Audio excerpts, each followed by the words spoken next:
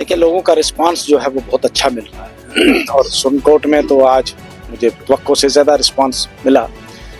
हम लोग इसको आवाम तक लेके जा रहे हैं, बल्कि आवाम ये चाहती है कि हमारे साथ जो नाइंसाफ़ी हुई है उसके अजाले के लिए कुछ न कुछ किया जाए।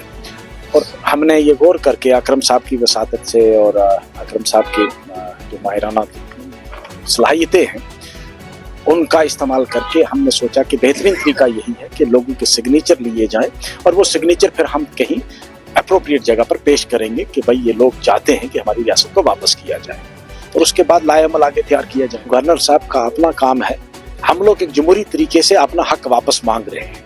हम वो मांग रहे हैं जो हमारे साथ वादा किया गया कि अपना वादा पूरा किया जाए। इसमें आप क्या 370 और 35A की बहाली के हवाले से भी बात कर रहे हैं? देखें, हमको ज़मीन की प्रोटेक्शन, नौकरियों की प्रोटेक्शन और हमारे नेचुरल रिसोर्सेज की प्रोटेक्शन है।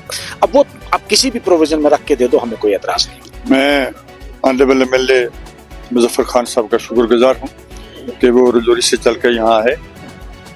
जो इन्होंने कहा मैं हर एक इनके लफ्ज़ की तायद करता हूँ और इंशाल्लाह मैं और इनकी तरफ से जम्मू कश्मीर के तमाम अवाम से अपील करता हूँ कि आप इस जो हमारी मुहिम है, जो हमारी जद्दोजहद है, इसका हिस्सा बने।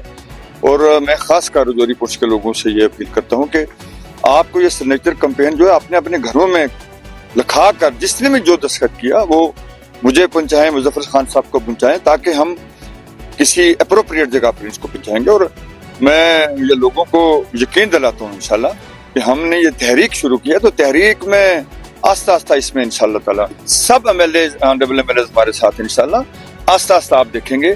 और ये क्योंकि आवाम की है, किसी पार्टी से नहीं, कोई भी पार्टी जो है वो इसका हिस्सा उनको बनना चाहिए।